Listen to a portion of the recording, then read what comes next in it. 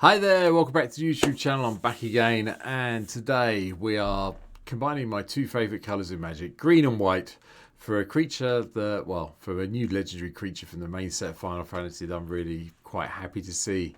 Serah Farron, one green and white for a 2/2 human citizen.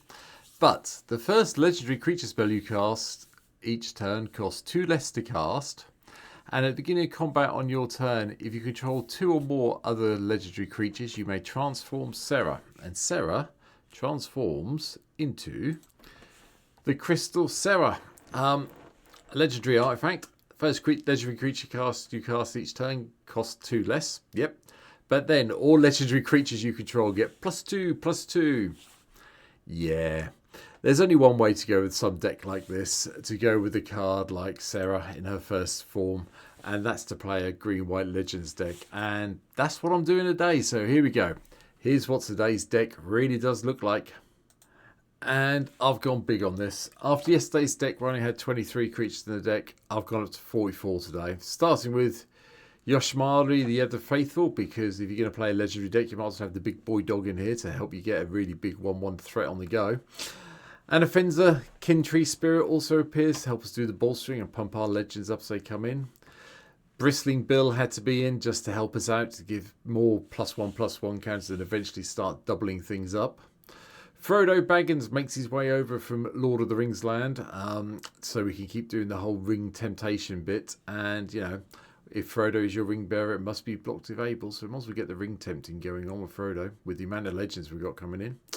One of the new set legends coming in from the Commander decks for Final Fantasy is Shalenda, Yevon Acolyte. Green and white for a 2/2 human cleric, has lifelink.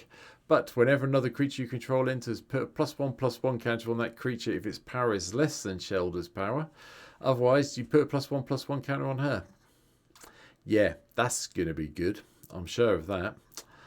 Adeline, the Resplendent Cathar, makes an appearance just so we can have some more lovely little soldiers, humans attacking as they come into play. The other version of Anafenza is also in the Unyielding lineage, because once our legendary creatures die, we do want to have something around, so we might also have some 2/2 spirits kicking around. Arwen, the Mortal Queen, makes an appearance for her indestructibleness, and we can move the count around if we want to, but we're probably not going to bother unless we're desperate for the lifelink. But the other version of Arwen, the Weaver of Hope, is also here to chuck around those lovely +1/+1 counters as other creatures come in. Biramaz, King of Oscus, makes an appearance as well, so we get those nice white cat soldier tokens with vigilance attacking. And then we have Gwaine, the casting director. Yeah, I just love chucking around the royal roll tokens. The sourceful ones and the monster ones help sometimes, but the royal rolls, yeah, brilliant for this deck, especially since they're all legendary. They might as well all be royal. Kodama of the West Tree, because we will be modifying our creatures either with +1/+1 counters, enchantments, and so on and so forth. Gives us a way of getting some of our basics out of our deck. Kuzmit, the Malamat Exemplar, also makes an appearance. Your opponents can't cast spells during our turn. Great. And whenever one or more creatures you control, each with power greater than their base power, deal combat damage to play, we get to draw a card, which should be pretty easy. We, Serah transforming to give everything +2/+2. That works. Nissa makes an appearance just so we can do the whole landfall bit and get some extra mana. And the other version of Nissa makes an appearance to go and search a forest card, a basic forest out, and hopefully flip over into her Planeswalker form at some stage so we can have the Ashi, the Woken World token appear if we need to. Savella, Heart of the Wilds, makes an appearance, just helps do the mana ramp. As does Torrens, Fist of the Angels, have those trainable tokens that appear as well. Another one of the new cards coming in from the Commander decks from Final Fantasy is Aerith, the Last Ancient. 2 green and white for a 3/5 human cleric druid with lifelink. But at the beginning of your end step, if you gained life this turn, return target creature card from your graveyard to your hand. And if we gain 7 or more, we put on the battlefield instead. Yeah, hopefully we'll pump up Aerith enough to do that. Likewise, Ulron, the Venerated Guardian, kind of helps out. 3 mana for a 2/5 vigilance creature. And has an ability called Shooting Star. Whenever Ulron attacks, put a +1/+1 counter on it. When you do, exile target creature defending player controls with power less than Ulron's. Yeah, that gets you through a stalemate, doesn't it? Quite happily, especially if you can make him a bit bigger. Baragon, the Guardian, also makes of the Guard makes an appearance as well. Whenever it attacks or another human is the battlefield under your control, creatures we control get +1/+1 and gain vigilance until the end of the turn. Beezer, the Bounding Springs here to help us either find some treasures, get some life, get some fish tokens, or card draw, depending what's happening. Captain Sese is a no-brainer in this deck. We have got legends and legendary cards everywhere. We can just go and find them with Sese, so that makes sense, especially when we keep her alive. And then we have Dion, Baumat's Dominant, 3 and a white for a 3/3 human noble knight, coming in from the Final Fantasy main set. During your turn, Dion and other knights you control have fly. So 3/3 fly, okay. And when it enters, it comes in with a 2/2 white knight creature token. So we're getting 5 power in the air for 4 mana. Spread over 2 creatures each turn. Yeah, okay. And then we can pay the 6 mana and transform Dion if we need to at sorcery speed, and then we get Bahamut, Warden of Light, which is one of the saga creatures. So the first 2 things, put a +1/+1 counter on each other creature you control. Those creatures gain flying till the end of turn. And then get to chapter 3, destroy target permanent, exile Bahamut, return to the battlefield front side up, comes back in as Dion. Seems like a really cunning plan to me. I do like these new takes on the whatever they're called. Sagas. That's the phrase I'm looking for. Brain dead. Anyway, going from there. Jasmine, Goldbane, pump our mana, spare mana into it to make all our creatures really big when they're attacking. Leonore, Autumn Sovereign, makes an appearance. Chuck around some +1/+1 counters and hopefully get us a card draw each turn. Myrel, Shield of Argive, should help us get there because that stops everyone activating anything or casting anything, as well as giving us a whole load of soldier artifact tokens. The Questing Beast is just fun. Yeah. Combat damage will be dealt by creatures you control can't be prevented, so that's nice. It deals combat damage to a player. It deals that much damage to target planeswalker that player controls. Vigilance, Death Touch, and Haste. Thank you very much. I like this 4/4. Zavala, Eagle Trailblazer, makes an appearance as well, just to give us some more mana this way, and also chuck around those lovely mercenary tokens as things go along. Sovereign Oki Ahu makes an appearance because we should have our power greater and we'll start getting loads of +1/+1 counters with a bit of luck. Surik of the Hunt Caller, gives us a way of making sure we've got creatures with haste for 1 creature every turn. And Toski, Bearer of Secrets. Yep, creature deals combat damage for a player, draw a card. Thank you. Yashin of the Impeccable Earth makes an appearance. Search your life for a basic forest card and a basic plains card, put them in your hand, then shuffle. But players can't pay life or sacrifice non-land permanents to cast spells or activate abilities. Does have some useful side effects sometimes in Commander. AO's here just because, well, I just like chucking around +1/+1 counters. Kamatra, God of the Harvest, just goes and fetches us forests and plains, and they come into the battlefield tapped when we cast creature spells. Ojim Chasm, yep, we want to hit with this and go and find a land and a creature and put it into play. Worst comes to worst, we get the Templar Cultivation as well. We can do that. Trostani Discordant is also in. Just make sure that none of our creatures that may have been stolen come back to us on our end step. We get a couple of soldiers with lifelink and pump all our creatures up a little bit, so that's nice. Aragon and Arwen Wed also come over from the Forgotten...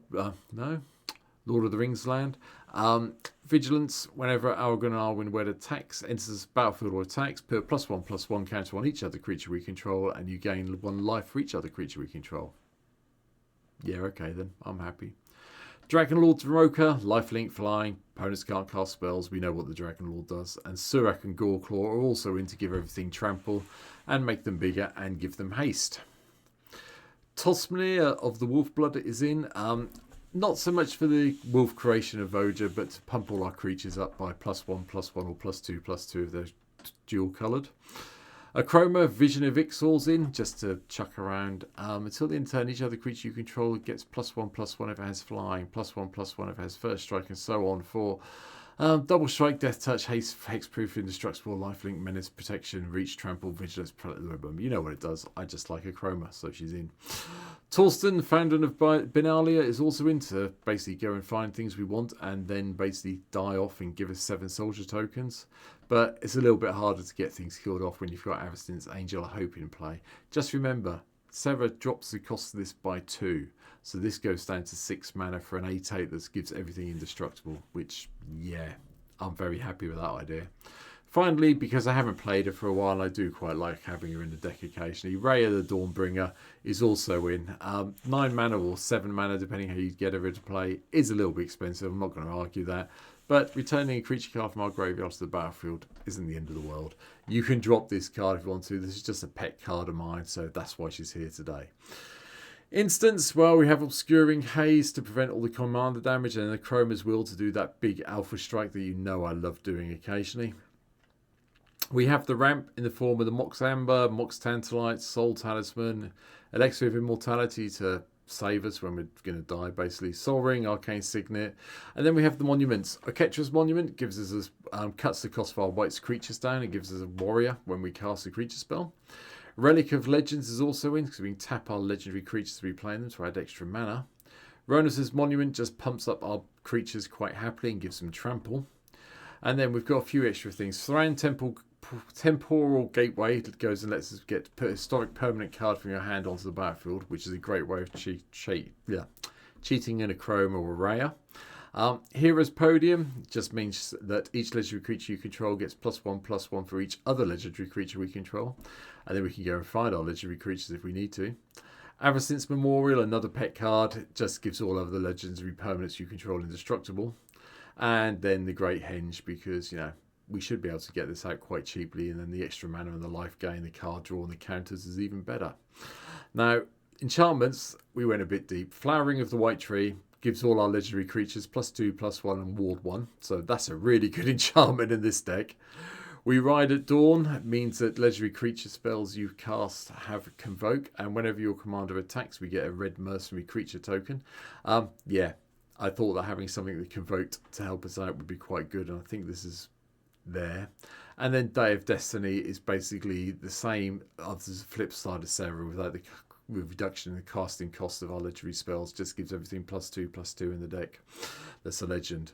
Lands, all the green white lands you would expect to see in such a deck as this. 10 forests, 10 plains. I'm very aware that I'm not playing any of the ramp spells. I know we haven't got things in here like 3 visits, cultivate, so on and so forth. But I think we should be alright with the artifact ramp we've got, and the fact that a lot of our early doors creatures are quite low down on the curve. You know, we have a fair bulk of them that are 3 or less to cast, so we should be okay, I think. Well, my head says we will be. But yeah, that's it. That's my take on Serah Farron. Yeah, I'm looking forward to it. I'm going to be really honest, I was very dubious about Final Fantasy. I think I've said it before in another video, but the more I see of the cards, the more excited I'm getting for this set, especially from a commander point of view. So, we'll carry on going through them and picking out the legends. As I said in some of the videos last week, if there's one you particularly want me to cover, let me know in the comments down below. Please hit the subscribe button if you can. There's 680 of you here as I record this video down. I'd really like to keep bumping that number up. So if you can help out and subscribe, I'd really appreciate it. And yeah, come and follow me on Twitch. There's a link to that below as well. And as soon as we start getting the Final Fantasy cards on MTGO, you can start seeing me playing the decks I'm talking about here on the YouTube channel. So for now, thanks for watching. Take care. And I'll be back tomorrow with another one. Have a good one. Bye.